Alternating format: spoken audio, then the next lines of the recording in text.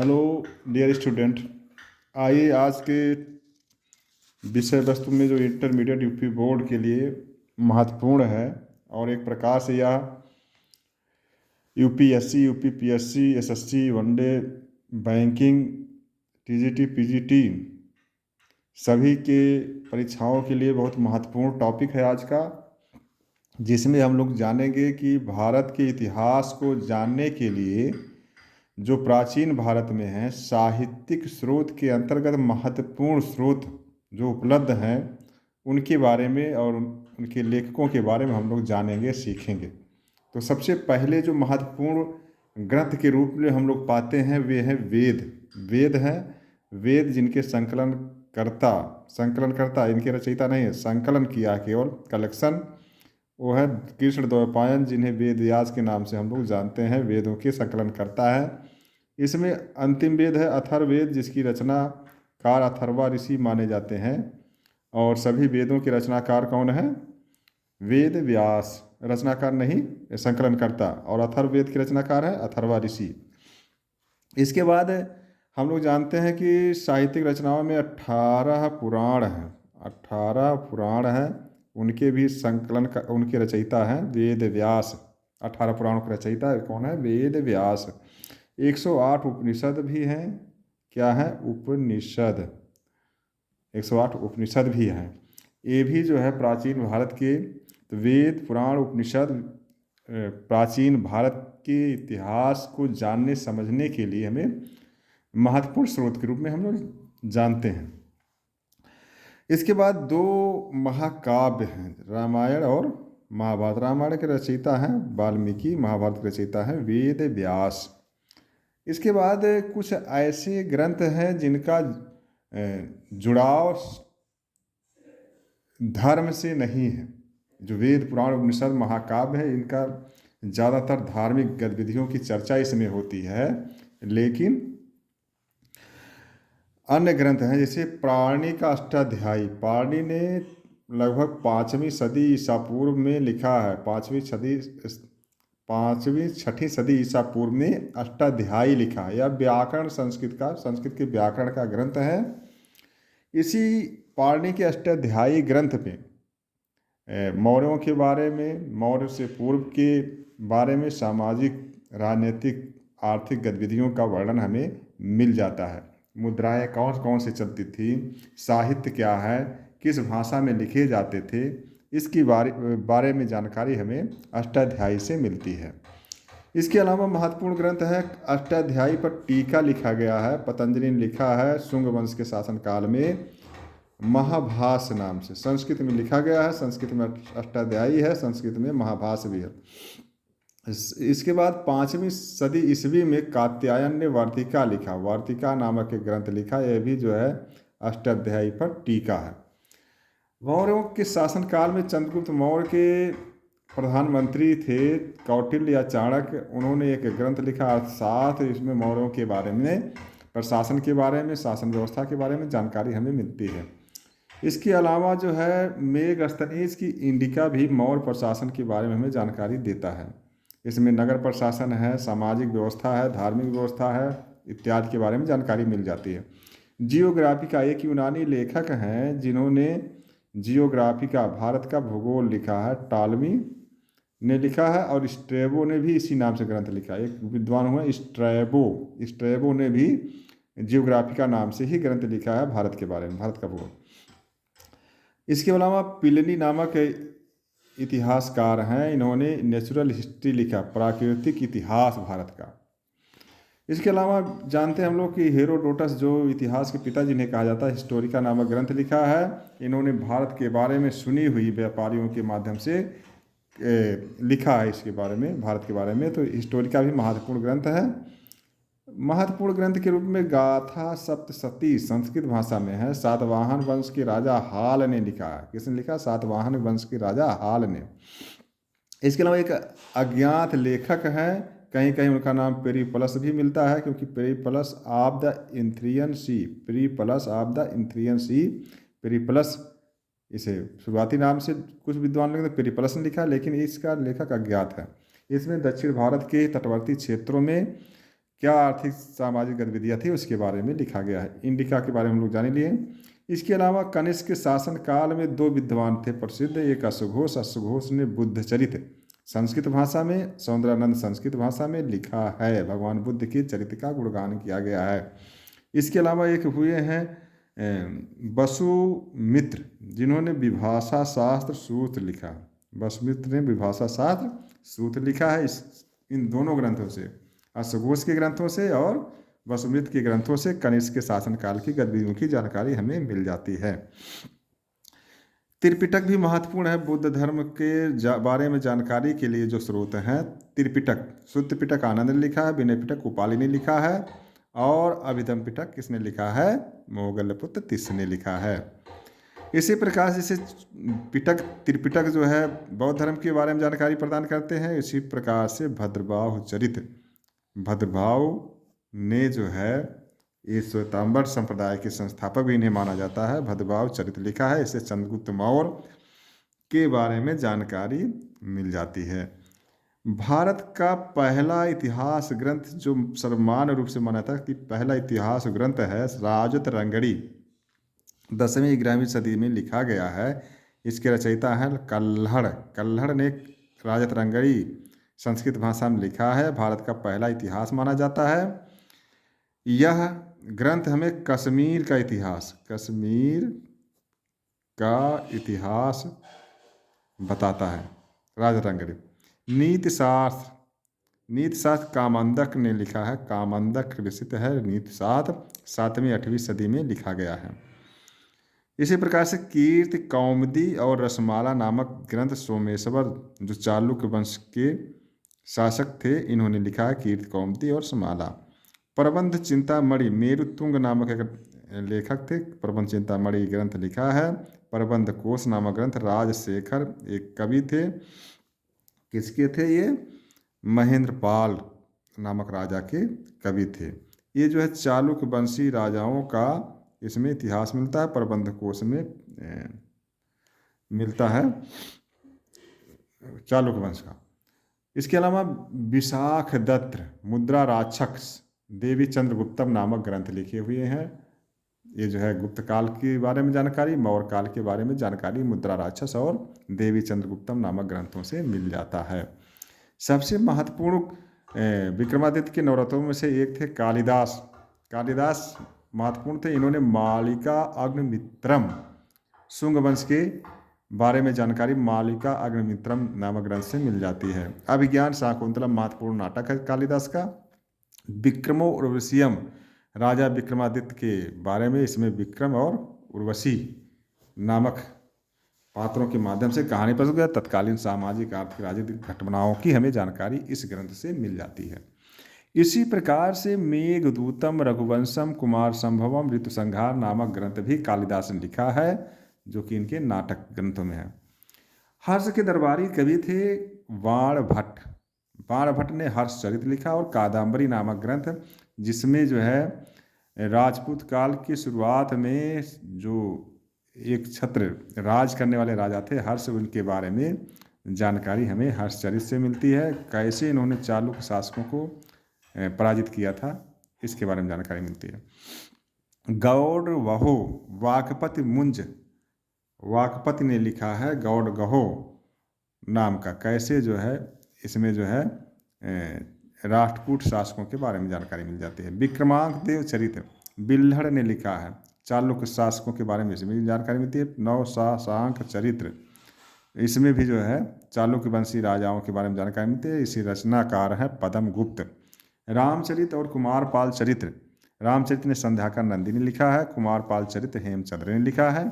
इन दोनों ग्रंथों से पाल वंश के राजाओं के बारे में जो बंगाल, बिहार, उड़ीसा में शासन किए हैं, उनके बारे में जानकारी हमें मिल जाती है। इसी प्रकार से पृथ्वीराज विषय जयानक भट्ट ने लिखा है। जयानक भट्ट ने क्या लिखा? पृथ्वीराज विजय। इसी प्रकार से पृथ्वीराज रासो, ये दोनों शुरुआती हिंदी के काव्य हैं, संस्कृत हिंदी मिक्स के।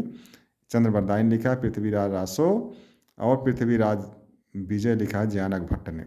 वासव दत्ता सुबंधु ने लिखा है। चंद्र व्याकरण चंद्र गोविंद ने व्याकरण संबंधी ग्रंथ है गुप्त काल का। अमरकोश भी एक व्याकरण ग्रंथ है, अमर सिंह ने लिखा है। पंचतंत्र इस कहानियों का संग्रह है, आचार्य विष्णु शर्मा ने लिखा है। नीति शास्त्र कामंदक ने लिखा है, कामंदक ने नीति शास्त्र लिखा है। और इसी प्रकार से कामसूत्र इसकी रचयिता है वात्सायन। 64 कलाओं की जानकारी इस ग्रंथ से हमें मिल जाती है। गणिताचार्य थे, गणितज्ञ थे भारत के आर्यभट्ट ने आर्यभट्टियम लिखा है। बृहत जातक, बृहत संगीता, लघु जातक, पंच सिद्धांत का ये 4 ग्रंथ लिखे हैं बराहमिहिर, ज्योतिषाचार और खगोलविद थे। इन्होंने सूर्य की गति, पृथ्वी की गति, दिन रात कैसे होता है इत्यादि चीज़ों के बारे में जानकारी दिया है। शून्य की जानकारी पाई का मान आर्यभट्ट ने दिया था। फो को की ये फायान नामक यात्री जो राजा विक्रमादित्य, चंद्रगुप्त विक्रमादित्य के समय भारत में आया था, उसने अपना यात्रा विवरण फो को की नाम से लिखा है। इसी प्रकार ह्वेनसांग एक यात्री आया चीनी, जिसने हर्षवर्धन के समय में यात्रा किया था, सी यू की नाम का ग्रंथ लिखा है। तो प्रिय छात्र छात्राएँ, ये ग्रंथ और उसके रचनाकारों के बारे में हमने जो बताया है, यह यूपी बोर्ड के साथ साथ UPSC, UPPSC, SSC, one day banking के लिए सामान्य ज्ञान के लिए महत्वपूर्ण है तथा टीजीटी, पीजीटी इतिहास विषय के लिए भी महत्वपूर्ण है। तो इसको ध्यान से पढ़ें और सीखें। ये प्राचीन भारत के इतिहास को जानने के लिए स्रोत हैं। अब आइए हम लोग पढ़ते हैं मध्यकालीन भारत के बारे में जानने के लिए स्रोत। स्रोत क्या है? आइए हम लोग मध्यकालीन भारत के बारे में पढ़ते हैं। तो मध्यकालीन भारत के इतिहास को जानने के लिए पहला जो स्रोत मिलता है चाचनामा, इसके लेखक अज्ञात हैं। चाचनामा को फतहनामा नाम से भी अरबी भाषा में लिखा गया। किस भाषा में? अरबी भाषा में। अरबी भाषा में लिखा गया है। अरबों का सिंध पर विजय के बारे में इसमें वर्णन मिलता है। किताबुल हिंद, किताबुल हिंद को ताकीके हिंद भी कहा जाता है। इसके रचयिता हैं अलबर्नी, ये अरबी भाषा में है और यह उस समय लिखा गया है जब भारत पर तुर्कों ने आक्रमण, खास तौर पे महमूद गजनबी का आक्रमण आरंभ हो गया था, तब का लिखा हुआ ग्रंथ है। उस समय की भारत की सामाजिक आर्थिक स्थिति, धर्म समाज व्यवस्था, वर्ण व्यवस्था इत्यादि के बारे में हमें जानकारी मिल जाती है अलबर्नी के तहकीके हिंद को। इसको अभी हम लोग डिटेल में पढ़ते हैं। दूसरा जो महत्वपूर्ण ग्रंथ है तबकात-ए नासरी, मिनहाजुस सिराज में लिखा है। कुतुबुद्दीन ऐबक इल्तुतमिश के समय की घटनाओं का वर्णन हमें मिल जाता है इस ग्रंथ से।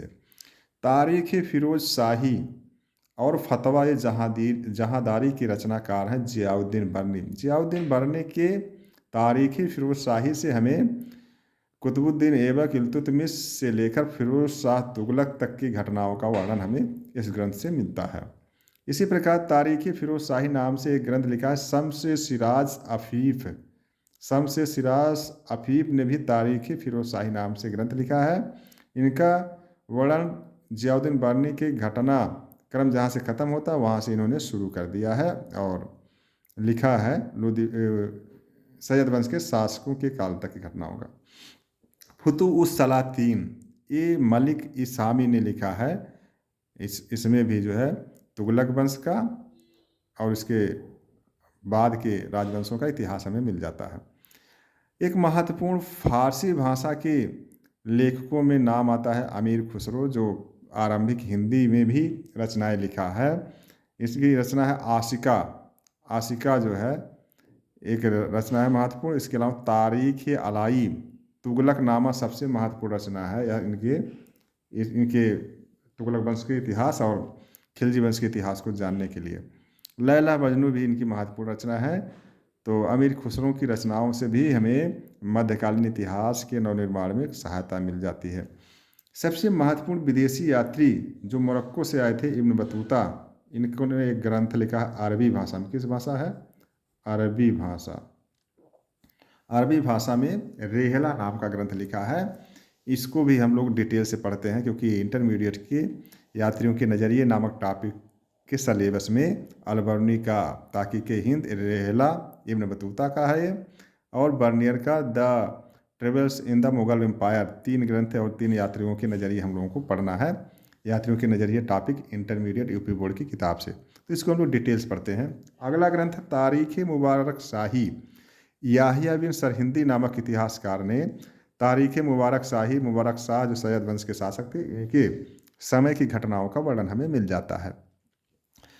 तुजुक बाबरी, जहीरुद्दीन मोहम्मद बाबर जो मुग़ल वंश के संस्थापक थे, मुग़ल वंश के संस्थापक थे, इन्होंने तुर्की भाषा में, किस भाषा में? तुर्की भाषा में ग्रंथ लिखा है तुजुक बाबरी। इसे वाक़यात बाबरी या बाबरनामा भी कहा जाता है, क्योंकि जब तुजुक बाबरी का फारसी भाषा में अनुवाद हुआ तो उसे वाक़यात बाबरी और बाबरनामा के नाम से भी जाना जाता है।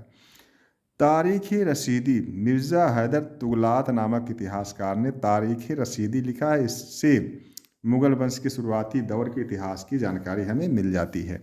बाबर की पुत्री थी गुलबदन बेगम। इन्होंने हुमायूँनामा नाम का एक रचना लिखा है फारसी भाषा में। हुमायूँ बाबर की मृत्यु के बारे में, हुमायूँ के राजारोहण के बारे में जानकारी मिल जाती है। तबक़ात अकबरी, आरिफ कंधारी नामक लेखक ने फारसी भाषा में तबक़ात अकबरी लिखा है। हुमायूँ, शेरशाह सूरी और अकबर के बारे में जानकारी हमें मिल जाती है। तारीख़ अल्फ़ी बदाऊनी, मुल्ला अब्दुल कादिर बदाऊनी ने तारीख़ अल्फ़ी लिखा है। इसके अलावा मुंतखब उल तवारीख़ लिखा है। मुंतखब तवारीख़ और तारीख़ अल्फ़ी दो ग्रंथ लिखा है बदाऊनी ने।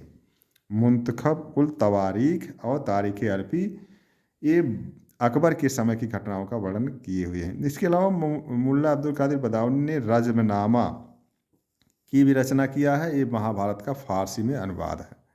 महाभारत फारसी का अनुवाद रज़्मनामा 2-3 मित्रों के सहयोग से बदाऊनी ने किया था। अकबरनामा भी महत्वपूर्ण ग्रंथ है। इसके रचनाकार हैं अबुल फजल। इसका तीसरा पार्ट है आइन ए अकबरी।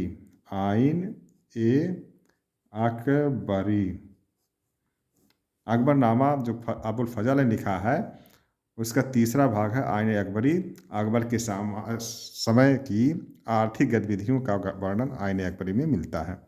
तबक़ात अकबरी निज़ामुद्दीन अहमद ने लिखा, अकबर के समय की घटनाओं का वर्णन मिलता है। तुजुक जहांगीरी, जहांगीर खुद लिखा है आत्मकथा जहांगीर की, तुजुक जहांगीरी फारसी भाषा में। इसके अलावा इकबाल नामा ए जहांगीरी ये मोतमिद खान ने लिखा है। पादशाह नामा एक महत्वपूर्ण ग्रंथ है, पादशाह नामा। इसको लिखने वाले 3 लोग हैं। अब मोहम्मद अमीन कज़वेनी शुरुआत की है। इनके बाद की घटना लिखे हैं अब्दुल हमीद लाहौरी। इन्हीं के नाम से ज़्यादा मशहूर है पादशाहनामा, अब्दुल हमीद लाहौरी के नाम से। लेकिन लिखने वाले कज़वेनी भी हैं, लाहौरी भी है। और इसके अलावा अंतिम समय की घटनाओं का वर्णन मोहम्मद वारिस ने किया है। काजिब सिराजी नाम के एक इतिहासकार ने आलमगीर नामा लिखा है। इसके अलावा वाक़यात आलमगीरी आकिल खान रजा ने लिखा है। इसके अलावा खुलासत उत तवारीख़ सुजान राय भंडारी ने लिखा है। मुंतखब उल लुबाब काफ़ी खान लिखा है। फुतूहात आलमगीरी ईश्वर दास नागर ने लिखा है। नुस्ख़ा दिलकुशा भीमसेन सक्सेना ने लिखा है। मासीर ए आलमगीरी साकी मुस्तैद खान। तो जो यहाँ से आलमगीर नामा से लेकर के यहाँ तक का नुस्ख़ा दिलकुशा, आलमगीर नामा, वाक़यात आलमगीरी, खुलासत उत तवारीख़, मुंतखब उल लुबाब, फुतूहात आलमगीरी, नुस्ख़ा दिलकुशा, ये सब रचनाएं जो है आलमगीर मतलब औरंगजेब के समय घटनाओं का वर्णन इसमें मिल जाता है।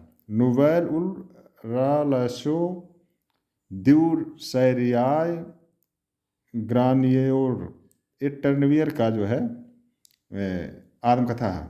नोवेल रिलेशियो द्यू सैरियाय ग्रांसियोर ये जो है ट्रेवेनियर का यात्रा विवरण है। ये फ्रांस का यात्री था, भारत में भ्रमण किया और इसने यह आत्मकथा फ्रेंच भाषा में लिखा है। फ्रांस से आने वाला एक यात्री था फ्रांसिस वर्नियर। यह उत्तर मुगल काल, खास तौर पे शाहजहाँ के शासनकाल और औरंगजेब के शासनकाल, उत्तरायुद्ध की घटनाओं का वर्णन किया है। Travels in the Mughal empire. तो travels in the Mughal empire Francis Bernier, Rihla Ibn Battuta और किताबुल हिंद के बारे में हम लोग आगे पढ़ते हैं विशेष तौर पर ही देखते हैं। तो अगली वीडियो में हम लोग पढ़ेंगे इन तीनों को। तो प्रिय छात्र छात्राएँ इसको पढ़िए, कंठस्थ करिए। आपकी परीक्षाओं के लिए जो विभिन्न होने वाली है उसमें महत्वपूर्ण भूमिका वीडियो निभाएगा। पढ़िए, आपकी परीक्षाओं के लिए best of luck. Thank you.